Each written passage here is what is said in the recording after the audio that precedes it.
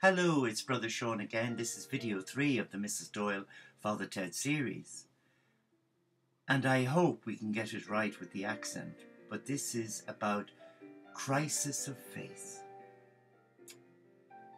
Sure, now picture the scene. Mrs. Doyle leaves the church in the neighbouring village, parish, and she meanders back to the presbytery with fewer bickies because she'd eaten most of them in the horse-drawn buggy. And the heavens are lashing down with rain, and the poor Mrs. Doyle is wet to the skin. And as she nears the presbytery, high up on a hill somewhere, she realises that there's other ponies and traps there, so the guests have arrived, and there's not many biscuits. Anyway, she goes and puts the kettle on and makes a nice big pot of tea for Father Ted's priest friends. Well, she thought they were priests, and she was shocked when she opened the door to the lounge, the parlour they call it. And there's a half a dozen floozies there. Floozies.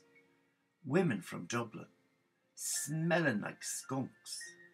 So she comes in with the little trolley, 2 shelves on it, cups and tea on the top and biscuits, what's left of them, on the bottom. And these women are all giggling and laughing, and Father Ted's loving the adulation. And she's getting some filthy looks from Father Ted because she's non-pleased. So she says, "Father, are you not going to introduce me to these ladies?" "Mrs. Doyle, it's all right. It's just a personal meeting. We're having a committee meeting." "For what?" "Well, these women are wanting to do something good in the parish. They're very aware that we've got a lot of illegitimate pregnancies, and they're wanting to set up a home for unmarried mothers." "Jesus, Mary and Joseph," she said. "We don't want that here. Should they're better off going to Dublin for that." And these women said, "Sure, Mrs. Doyle, are you not married?" She said, "Indeed I'm not. I'm still a virgin." "What? How old are you?" She said, "Well, I could be 50. And Father Doyle coughed. He said, "Add another 10 to that." So Mrs. Doyle was concerned because she looked at one of them and she said, "And what religion are you?" She said, "Oh, I'm Catholic." And the other one, she said, "Well, I'm not really sure. I shouldn't say this in front of Father Ted, but I've given it up as a bad job. It's all do's and don'ts. And I like to have a fun life." She said, "Yes, I can tell by the look of you." And then the other one said, "Well, of course I'm a Catholic, a Christian Catholic." She said, "I've never heard of them. What are they?" She said, "Well, I try and see good in everybody." She comes to the fourth and she said, "And what are you?" She said, "I'm a pagan." And poor Father Ted choked on his tea. "Jesus," she said, "a pagan? What's one of them?" She said, "I don't believe in God, but I love nature." "Jesus," she said, "I love nature." So Mrs. Doyle said, "I'll go on with you." "A pagan? Sure, what would a pagan be doing in a priest's house? Are you frightened of getting converted?" "Sure, not at all, Mrs. Doyle. Sure, I'm as strong as an ox. I don't go in for all that mumbo-jumbo. All that smelly belly stuff that you have. Please, the Sisters of Charity drummed it out of me in Dublin. No, I'm a pagan. I love nature and earth, and that's grand for me. I like to go and sit in the Phoenix Park in Dublin with me sambos, me sandwiches, and me flask of tea, and sometimes I might have a little baby power whiskey. And I'll sit myself there on the rug and I'll watch the deer, and I'll thank God that I don't get embroiled in all that heavy stuff and dogma that you're a sinner and you're all this, that and the other." She said, "Really?" She said, "And you've got no guilty conscience?" She said, "What's that?" "I don't buy into that, Mrs. Doyle. That's for fools like you." She said, "I beg your pardon." So then she looked at the other one and she realised, hello, this woman's skin is different. She said, "And what are you?" She said, "Well, actually, I was a missionary in Africa." "How lovely." "Yes. Me mum and dad were married." She said, "Oh, well, that's a consolation." "Yes, and they had 10 children. and I agreed to follow in the footsteps of me daddy. And what was he? He was a Protestant minister. Oh, Jesus, Mary and Joseph. This room is more ecumenical, she said. You've stuttered on that word, Mrs. Doyle. She said, well, it's a big word, Father. So you're wanting to set up a home for unmarried mothers? My God, you'll be the talk of the place. But then Mrs. Doyle said, well, you might as well know I've been to confession today. Father Doyle looked at her. Where? In the neighbouring parish. But don't worry, he knew me. But I was so anxious that I ate half the biscuits. Really, Mrs. Doyle? Well, where's the money? I'll give it you when I get paid. So Father Ted said, and what did you tell him? Well, that's between me and him. Well, if you really want to know, Father Ted, I told him I was having a crisis of faith. Jesus, crisis of faith? Yes, she says. And the reason why I can't talk to you is because you'll condemn me to hell.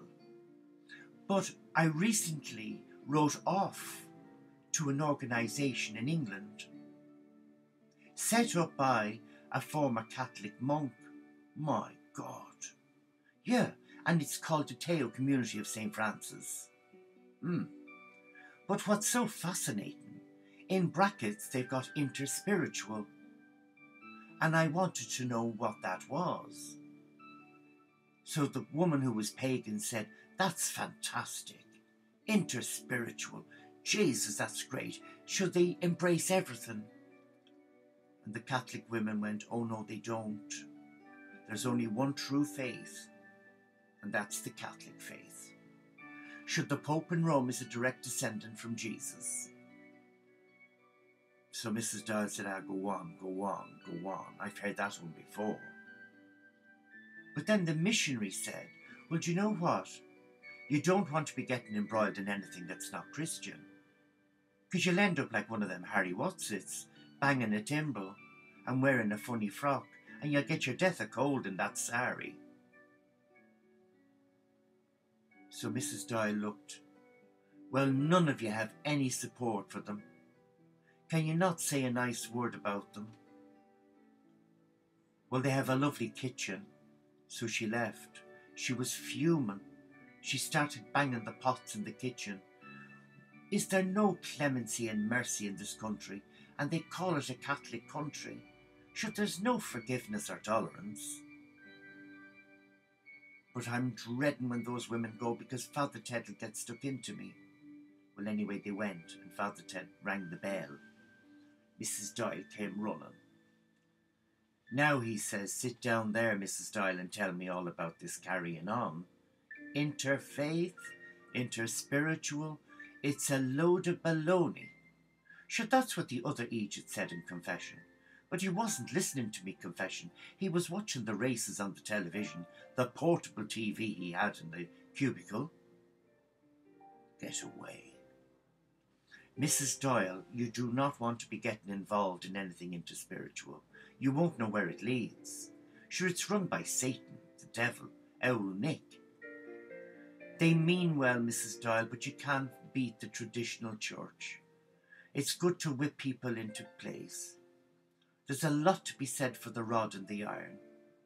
At least you know where you stand with me. Should I don't. Mrs. Doyle, take it from me. Stick to the traditional teachings of the church. Don't get carried away with yourself. It's your hormones. What do you mean, Father, me hormones? No, it's your hormones, Mrs. Doyle, with not getting married and having a family. Everything's going pear-shaped at the moment for you. Sure, look at your figure. Father Doyle, there's no need for that. You're just being downright bloody rude. So Mrs. Doyle said, and come here to me, Father Ted. What's this about in me father's house there's a lot of rooms? What do you mean, Mrs. Doyle? Well, I read it, that in my father's house Jesus said there's plenty of rooms. Are they doing bed and breakfast? Mrs. Doyle, you're a disgrace to the church. Well, what is it for then? Don't tell me that all the rooms are for all the hierarchy. Sure, half of you are bloody lazy. You say one thing and you do the opposite. Sure, you've got a mind of your own. Mrs. Doyle, you've said too much. I'm going to give you a penance. You can penance me all you want. I've written to them, and I'm waiting for a reply, and it'll be here any day now.